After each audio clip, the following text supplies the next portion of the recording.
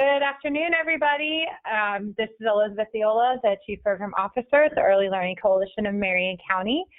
Let's do a real quick sound check and see if you can hear us. And see our screen. And see our screen. Can you see our screen? Okay, thank you very much. I appreciate that. Thank you. I'm going to let the team introduce themselves today. We have in the room with us. Good afternoon. This is Scott Stevenson, the Quality Director. Deanna Johnson, Chief Finance Officer. Marcel Easter, Business Information Director. And Roseanne is joining us remotely off-site right now. So we have the whole team here, and hopefully you got our agenda today. I'm going to jump right in because it is attendance time again. Yay! We are going to process attendance in a very similar manner as we did for March.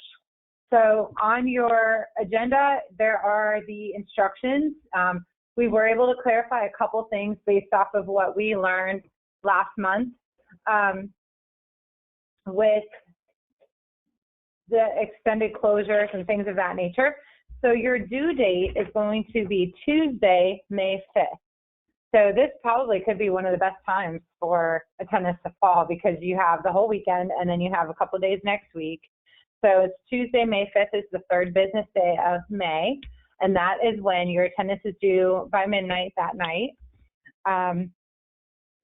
As we did for the month of March, your school readiness absences you're going to mark the first 3 absences for each school readiness child as an A, like you would any other time. And then any additional absences, it's the same thing as we did for March. So there's no doctor's notes required, and you will get paid for all enrolled children, regardless of how many days they attended, okay?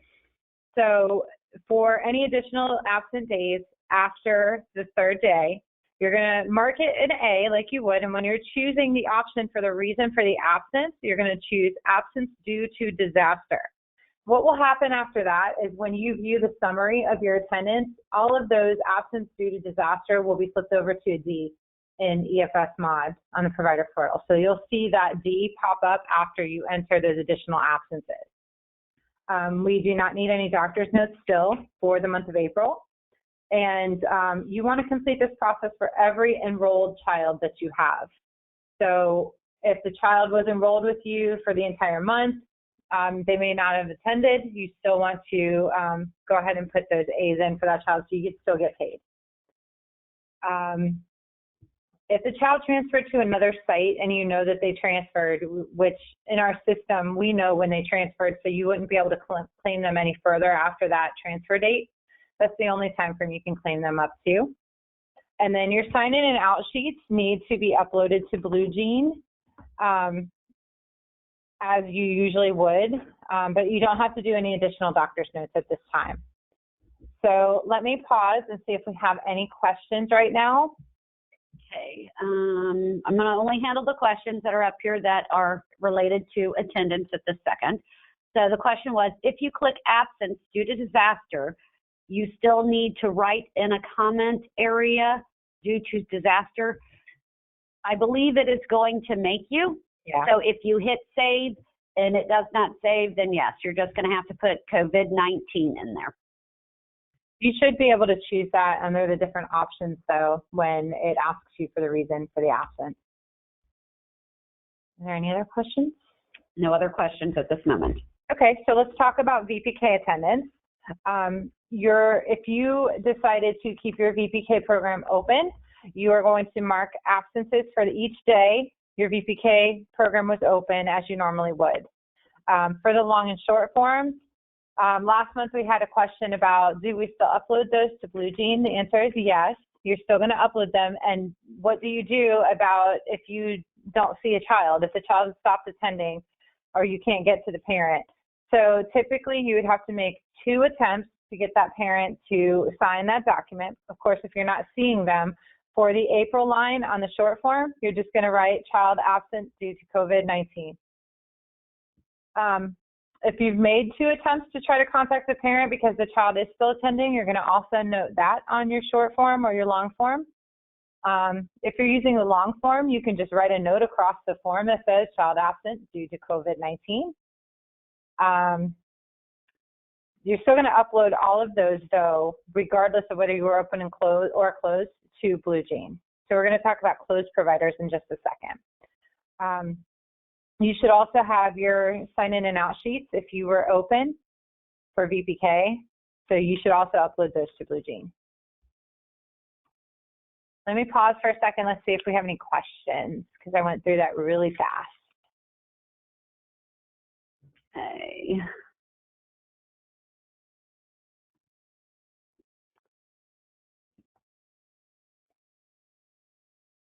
What if they have been doing classes online? Classes online, unfortunately, do not count towards VPK at this time. There is no guidance for that. So we are going to, you would count that as an absence.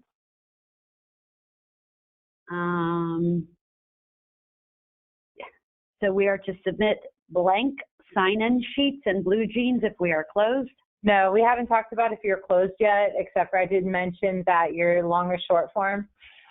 If you were closed, we will still need your short form or your long form uploaded, as it is a part of the VPK program. It goes with your attendance. So in order to get paid for attendance, you would want to just write on each form, closed due to COVID-19 for the month of April, and upload it to BlueJean. You shouldn't have sign-in and out sheets. We don't want you to upload blank sign-in and out sheets to BlueJean. There's no purpose for that. But the long or short form is a required document to be submitted with your attendance roster. Does the parent still have to sign short form if the child did not attend VPK for April? If you have access to the parent, where we say the parent needs, you have to make 2 attempts. That's what's written in statute. You have to make 2 attempts to contact the parent. If the child didn't attend, though, you're going to write in that April line, child absent due to COVID-19. So then you don't have to try to find that parent to come in. We don't want to encourage any parents to come in just to sign a document saying that their child is absent. Okay. Do the absences count against us? I don't know what against you would mean, but the absences are counted towards the VPK hours for your program right now. So meaning you're getting paid for them as if you were open.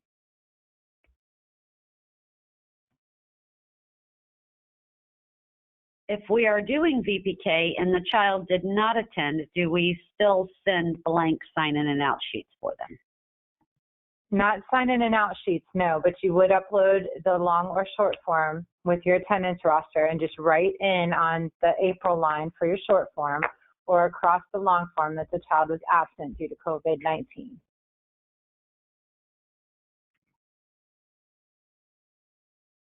And those children for VPK, if you are still doing VPK, you should be marking them as a regular absence or an absence in there due to COVID, because VPK is going to pay out all those absences.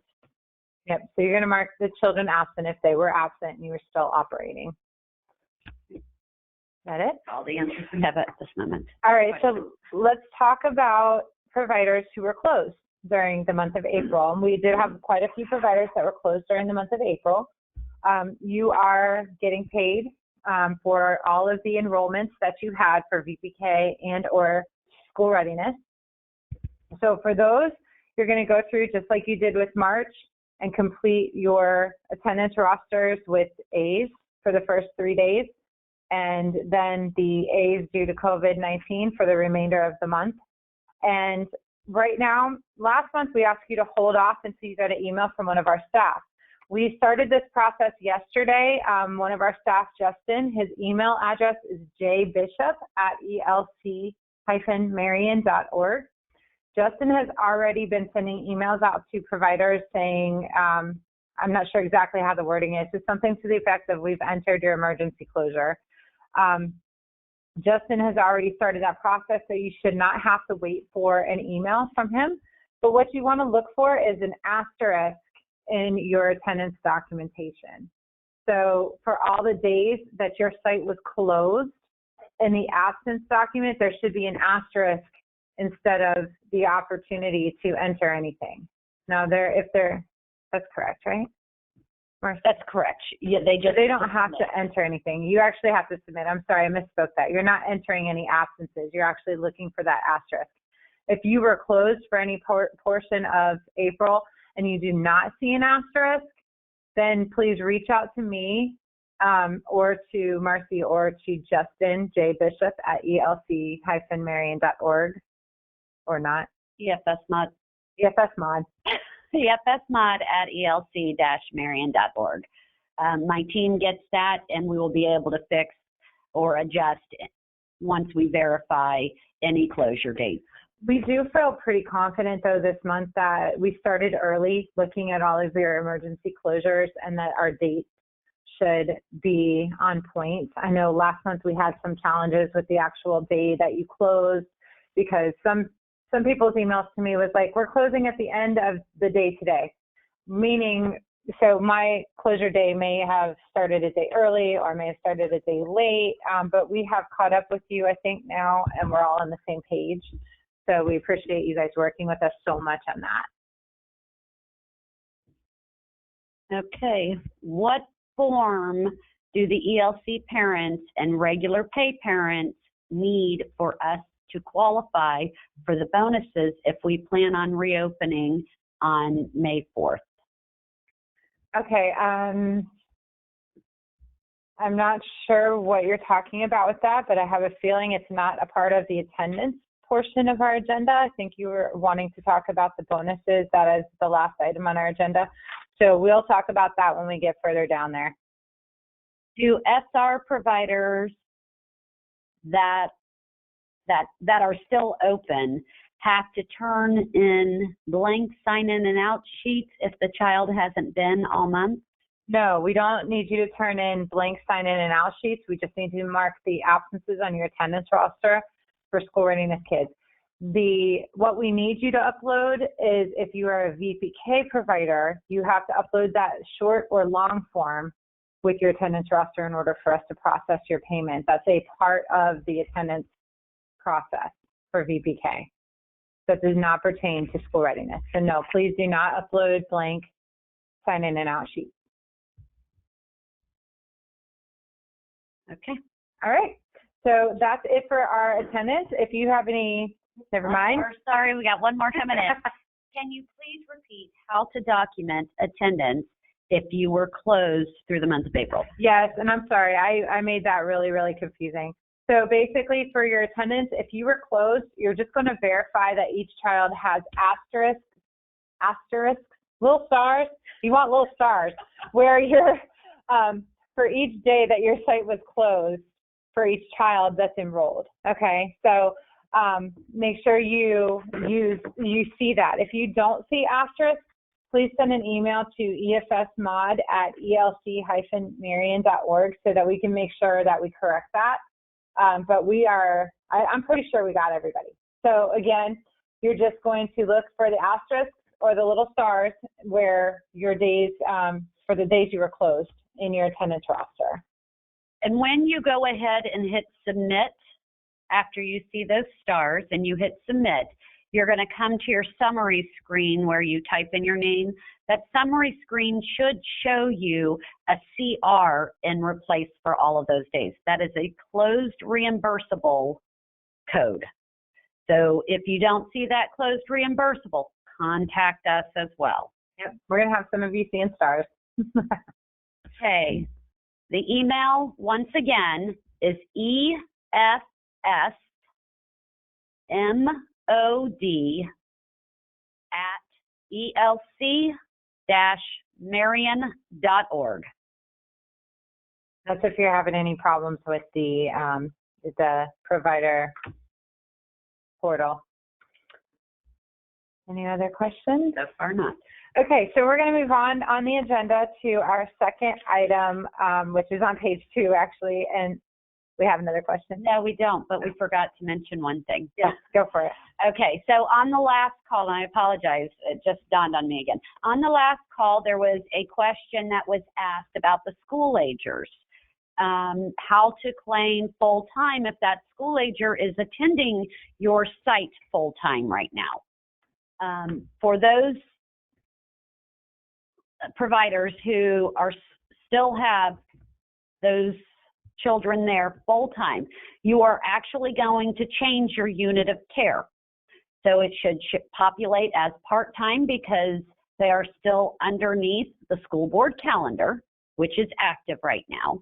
When you click your part-time, it should allow you to change and request to be paid at full-time for that child.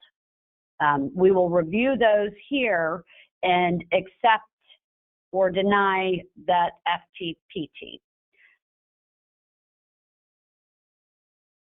If you are seeing children that have only come to you for VHS and they are there right now permanently and you do not have the ability to change a unit of care, please contact us at the efsmod@elc-marion.org.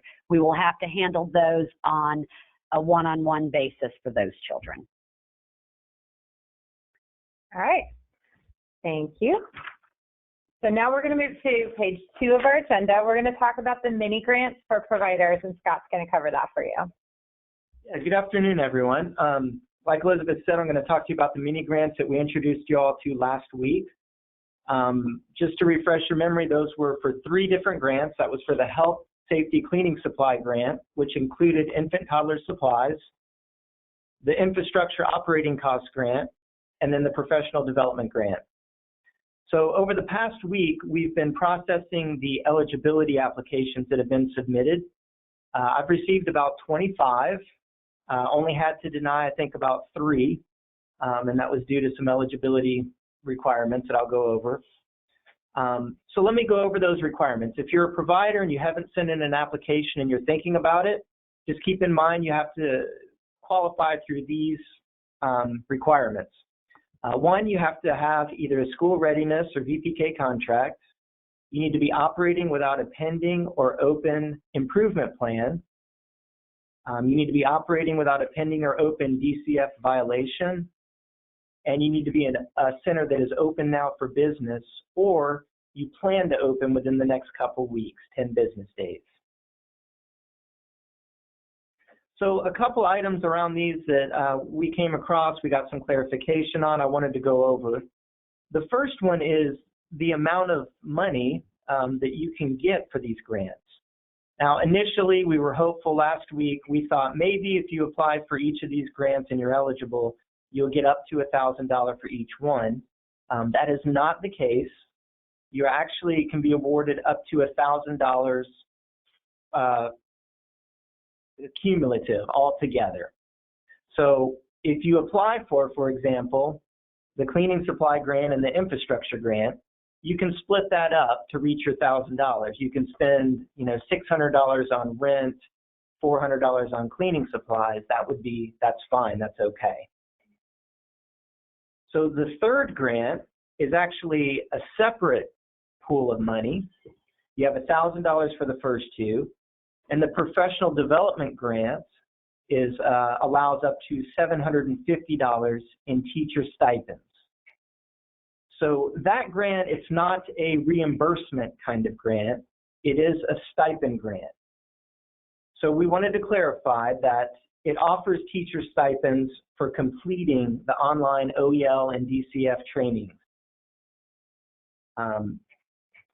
Let me back step just a moment. If you need any of this documentation, Elizabeth sent all of this out to you last Wednesday evening. It was a later email, but it has all these documents, applications, and descriptions of the grants. Also, you can get these documents now on our website as well. So going back to the professional development grant, it is not a reimbursement thing. I think last week we told folks that, look, if you've submitted for reimbursement for professional development, you would not be able to qualify for this grant. That is not true. If you purchase these trainings for your teachers, these online trainings, you can still be reimbursed for those through the coalition the way that you always have been. So continue to do that. We can still reimburse the cost of these trainings. This grant is really an incentive for teachers to take the trainings. Now, they can get a stipend for up to $75 per training session. And that equates to 3 hours at $25 a piece. So in order to take advantage of the full $750, they'd have to do the full 3 hours, basically 10 times. So they'd get $75 10 times. Now, with all that documentation, there's also a separate application for that teacher to complete to get these stipends. So it's a lot of information. If you have questions, I will say that the documents attached to the email and on the website, they do a good job of outlining, what you can get with these grants, when you need to purchase things. A lot of questions can be answered through that. If you can't get your answers there, please feel free to give me a call or email. There was just one other thing I wanted to go over, and that is really we're going through the eligibility phase right now. We're determining who can do this and who can't. Well, for those of you who you can take advantage of this, we've come up with a reimbursement form. So that was sent out to you from Elizabeth this morning around 11 o'clock. So now that tells you what you need to do in order to get reimbursed for these expenses. So really, it's just the form that needs to be completed, and we need to get proof of payment and a receipt. So if you have seen the form, it's a 2-page form. And thank you, it's on the screen for you now. So what we want you to do is when you decide to submit this form, we don't want you to submit a form for every expense that you have. So if this week you spend $300 in cleaning supplies and you still have $700 left to spend, wait until you spend all $1,000 until you submit your form. So again, don't submit several forms, just submit the one at the end when you're ready to get reimbursed. The form itself, as you can see, it's pretty straightforward. It just asks for basic demographic information from your site, who the vendor is, what the item was that you purchased, the amount that you purchased, and then it asks for your signature at the end.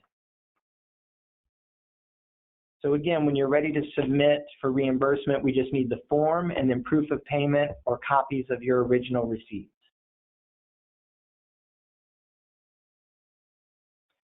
Right, after you've been approved, yes. I'm going to pause for questions. Yeah, let's stop there and see if we have any questions. Let's take a pause. When and how will we know if we have been approved for the grant? Good question. So of all the forms that I've received, I've gotten through about 75 to 80% of them. If I have not yet gotten to you, I should in the next day or two. And as I do, I'm sending out emails. So you'll receive an email that lets you know whether or not you've been approved or denied. Are the mini grants a one-time only? As far as we know at this point, yes. It is for this disaster, the COVID relief disaster that we're going through right now. So as far as we know, it is intended solely for that and for this time period only. What kind of proof is needed for operating costs of rent, utilities, or payroll? We're going to pause for just a second on that.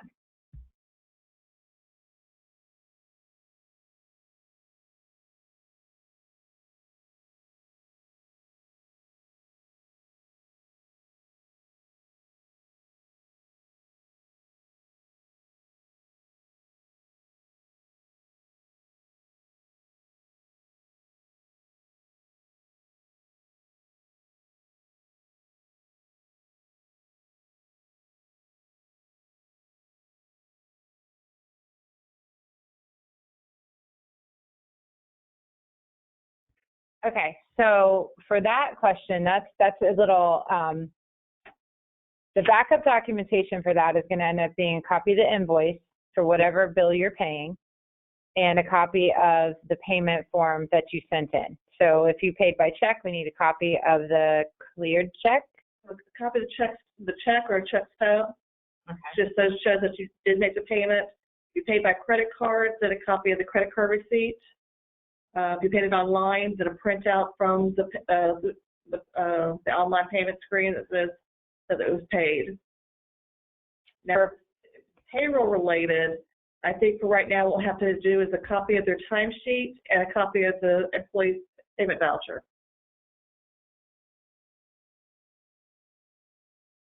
Okay, the next question. Is the improvement plan the same as VPK on probation? Yes. Yeah, that's another good question. There was a couple that I did unfortunately have to deny they didn't qualify because of the readiness rate, the VPK readiness rate. If it's below 60, that would mean that you're considered a provider on probation, and therefore you wouldn't qualify for the grants. We received the email, but the number to contact was not active. I'm sorry, the number to contact was not active? We don't understand what you mean. The contact number is the coalition, so it's 352-369-2315. Scott's extension is 238.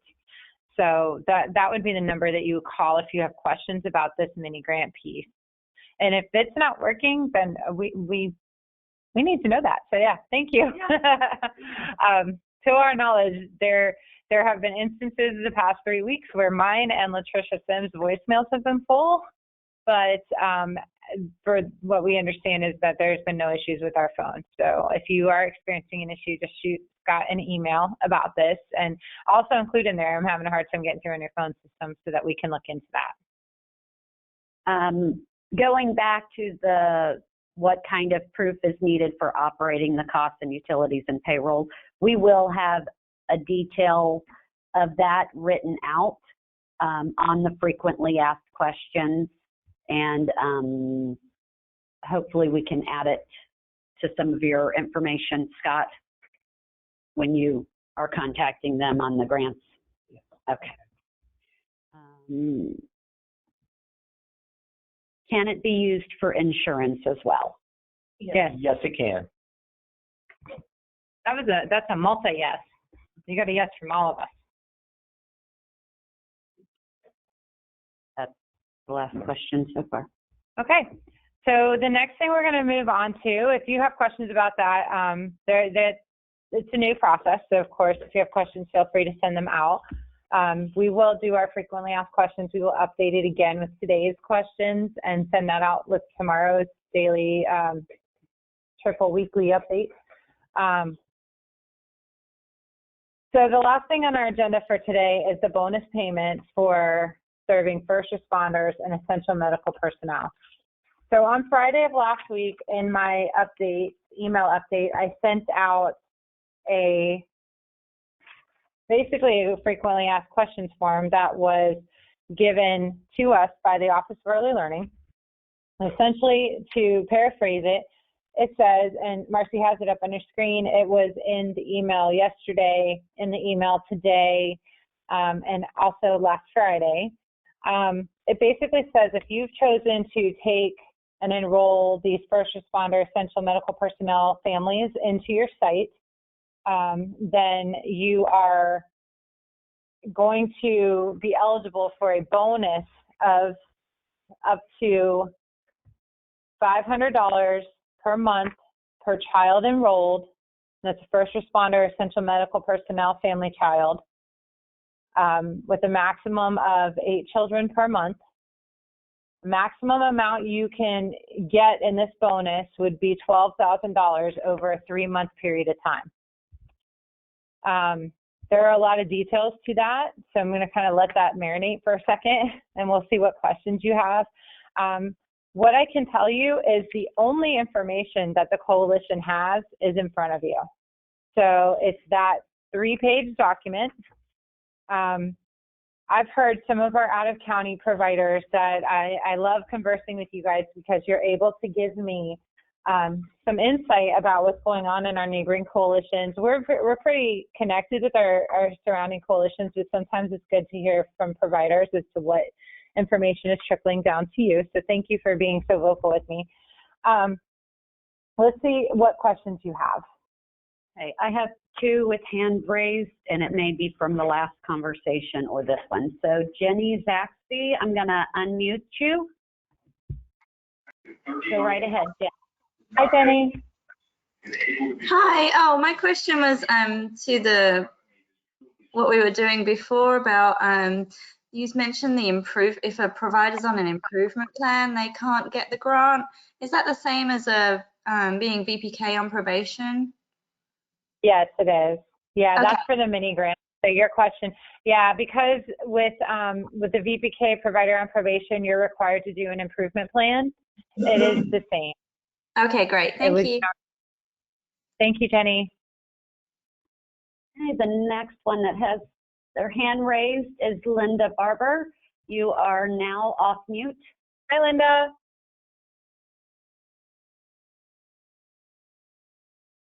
Are you self-muted, Linda?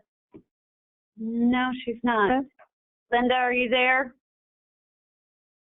Okay, I'm going to put your hand back down, Linda. If you have a question, type it in the box or raise your hand again. We have a few other questions here. First responder parents who are approved for the SR program in May but have been attending since April, will ELC backdate their care to April 1st? So right now, we have been, the referrals that we're doing are effective April 1st to June 30th. So all of our referrals have a 90-day window on them. That as long as the child was enrolled with you on April 1st and you were contracted for school readiness services with the Early Learning Coalition, then you would be paid for those children back to April 1st for the regular attendance. Now, in regard to this bonus, if you had 8 children enrolled that were first responder families in the month of April, then you can get this bonus. Now, there's a caveat on question page 2. Question 11 talks about how will providers receive their payment. And the very last sentence in that says more specific invoice instructions will be provided by OEL. That has not occurred yet. So the short answer to your question is if they were enrolled, you have to meet all those eligibility criteria. So they have to have been enrolled with you since April 1st. You have to have been a contracted provider for them since April 1st.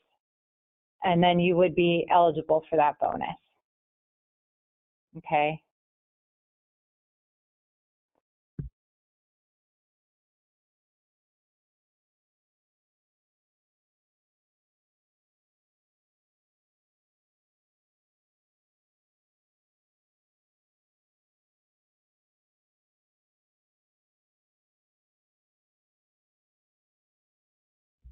Okay, we're going to keep looking for additional questions. Give us just a second.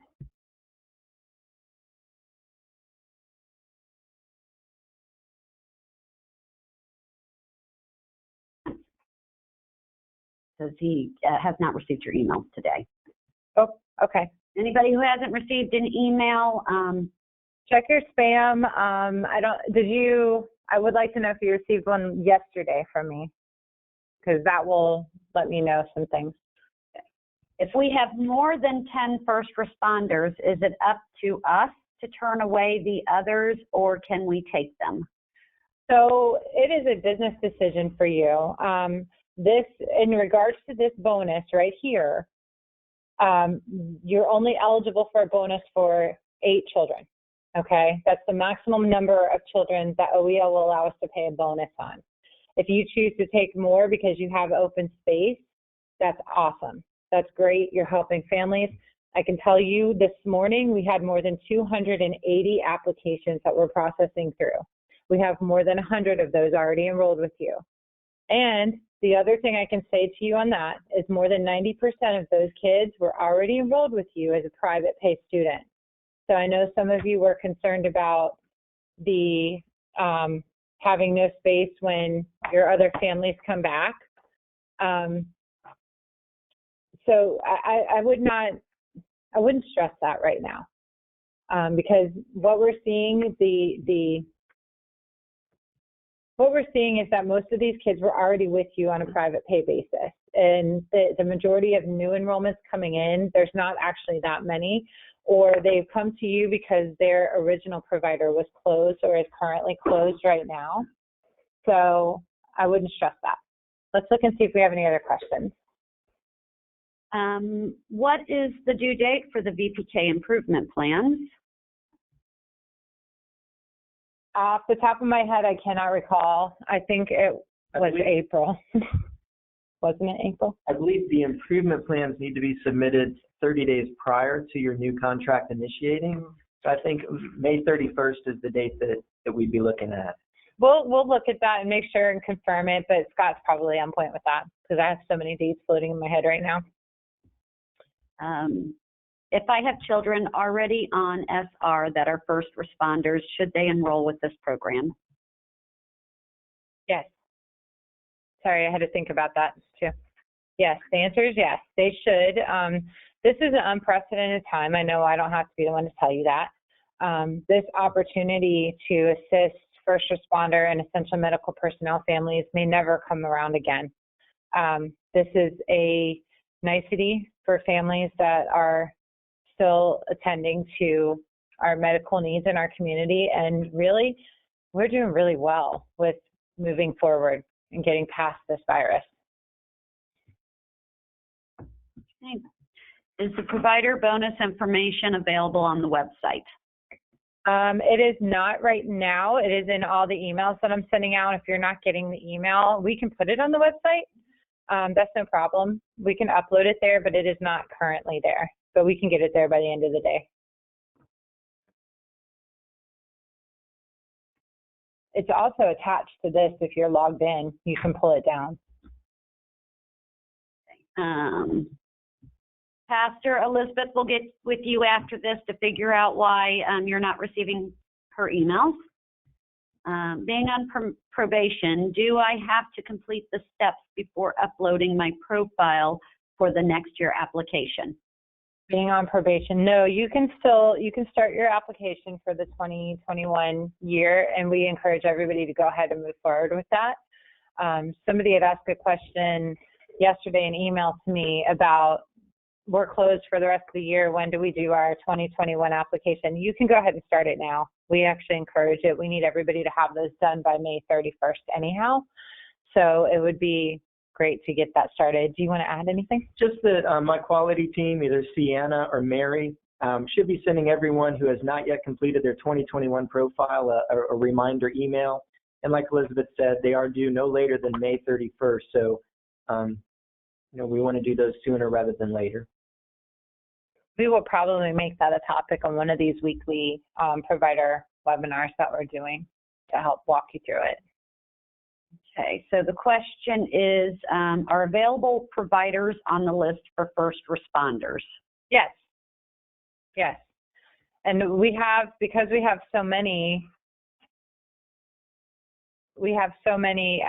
families that are already enrolled with you, we really haven't had, I can tell you, out of the more than 280 applications or phone calls that we fielded, I've sent a list of providers out to probably 25 families. So if that gives you any perspective for who's looking for a child care provider, it's not very many.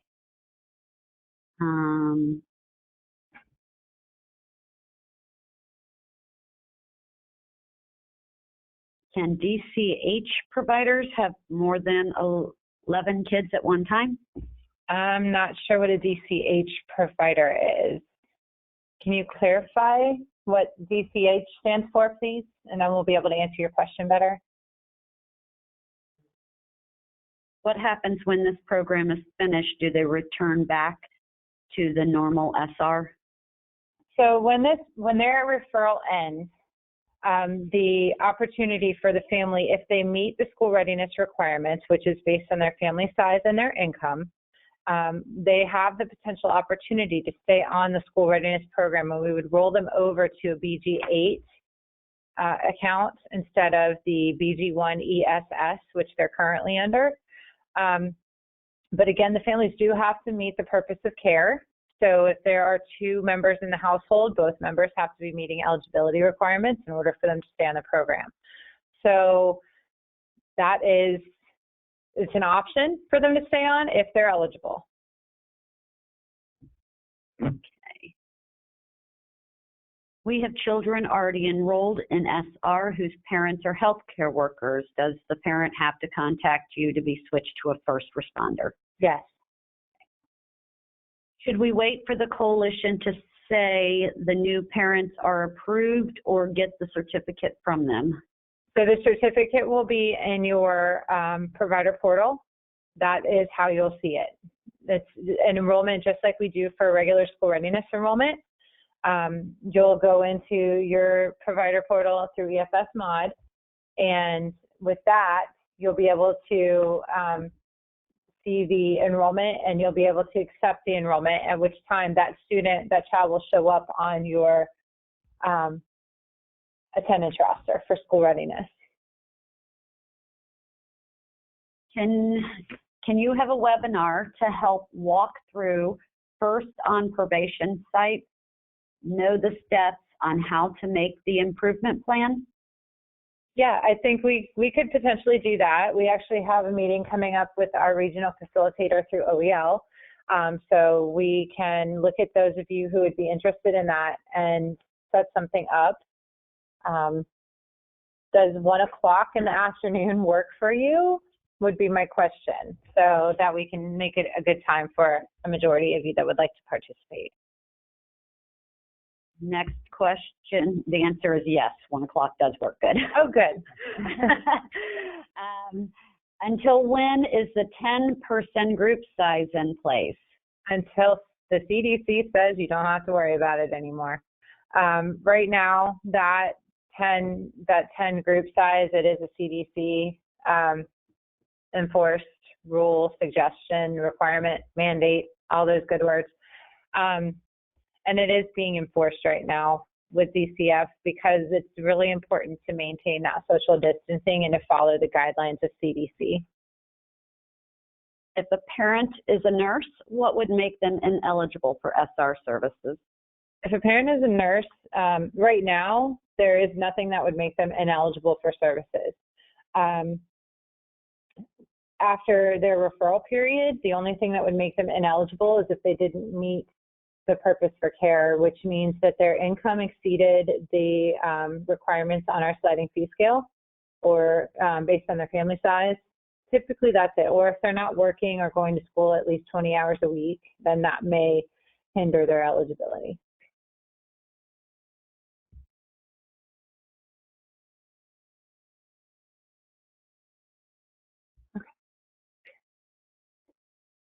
I know, I believe we have DCF staff on the call. If you all would like to add anything to the CDC guideline question about maintaining the 10-person per space, we welcome your input.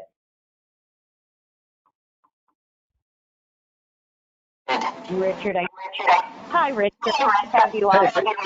Yeah, hey, what the information we received from Tallahassee is that, you know, we don't monitor that standard, but we're going to be looking at it. We're going to be providing basically technical assistance.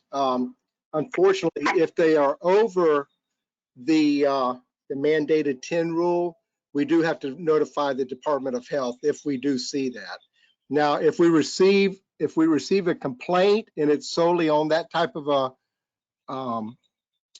complaint of them being over the 10-run rule, 10-person rule, we will not go out on that. We will just forward that complaint over to the Department of Health. Thank you. That's very helpful. This is being on the call. You're welcome.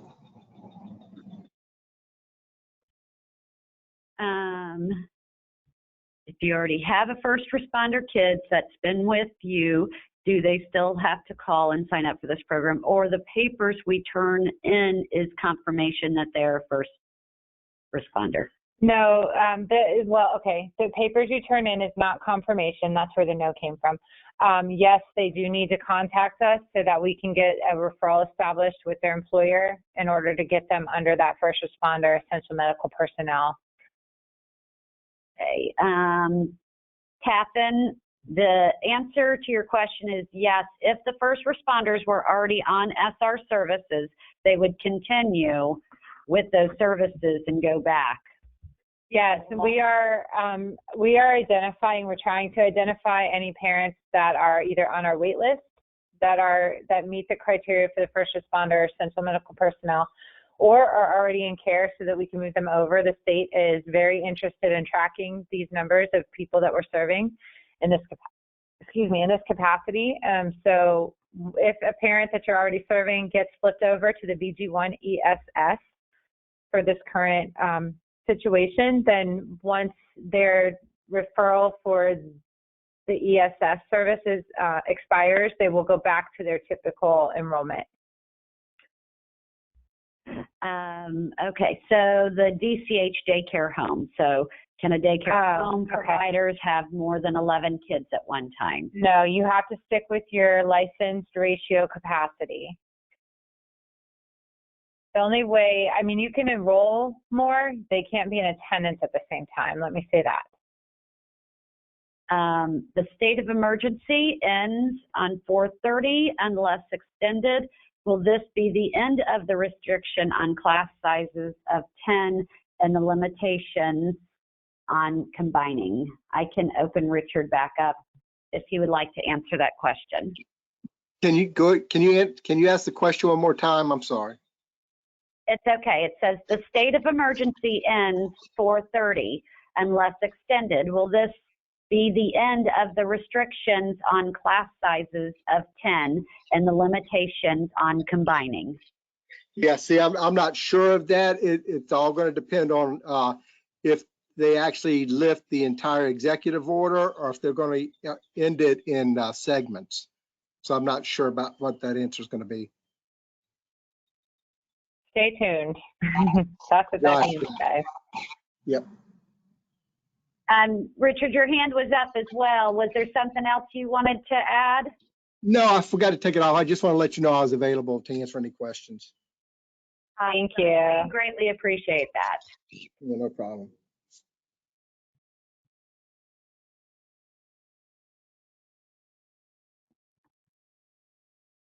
Do you know what the DCF meeting is about, which is scheduled for tomorrow night at 6 p.m.? So there was a recording in an email that came out that there was a recorded version of that meeting. And I don't know if Richard, if you want to add anything to that, but the recording was at the bottom of the email. If you got the second notice. Are they talking about the COVID-19? Yeah, that was put on by Tallahassee. That's just going to be it's not going to be an open recording. That was just what was recorded from last Friday. For those who, because there was only a mandate of 500 and it filled up quick for last Friday, the 24th.